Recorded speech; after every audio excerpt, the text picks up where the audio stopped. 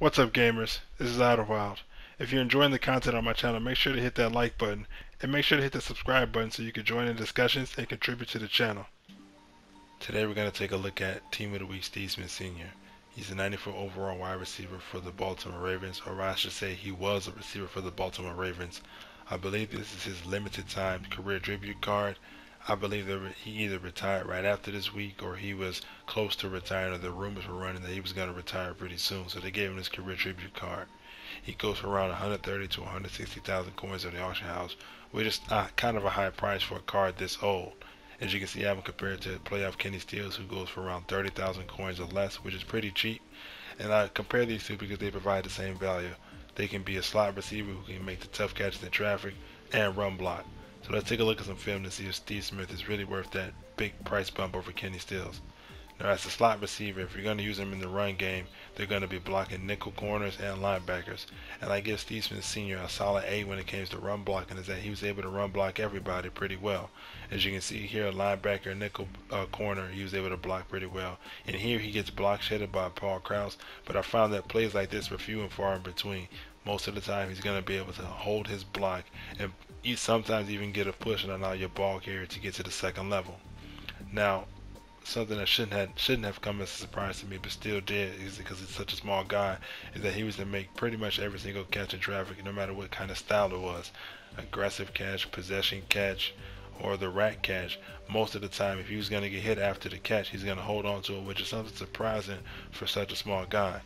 I mean, he became one of the most clutch receivers that I had in terms that when I really needed to play, or I really need someone to catch on third down or second and long or fourth down, I would always go to Steve Smith, because I knew if I was able to throw him the right route combination and throw him the ball at the right time, he was going to come down with the catch no matter how hard somebody hit him.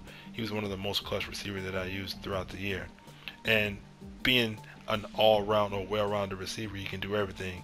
He can catch the ball, he can run pretty good routes, he can block, and he has some pretty good rack moves in that he can stiff arm and juke after the catch. I don't have a lot of those stiff arm or juke catches in this video because I lost those fouls, but please believe me, he can stiff arm pretty well and make a lot of moves after the catch.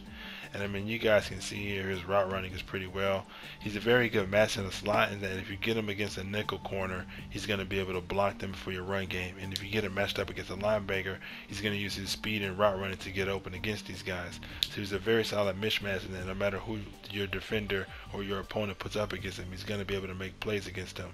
And I noticed that, I don't know, this is not like a trait that it has, but he has, I would like to call it the hungry feature, in that when it was him against the other defenders, if there was 2 or 3 defenders around, he was just more hungry for the ball. And as you guys saw in that one play where he caught it over 3 people, that happened more than once, where if it was iffy on who was going to get the ball, Steve Smith Sr. was just a little bit more hungry than everyone else and was able to get to the ball.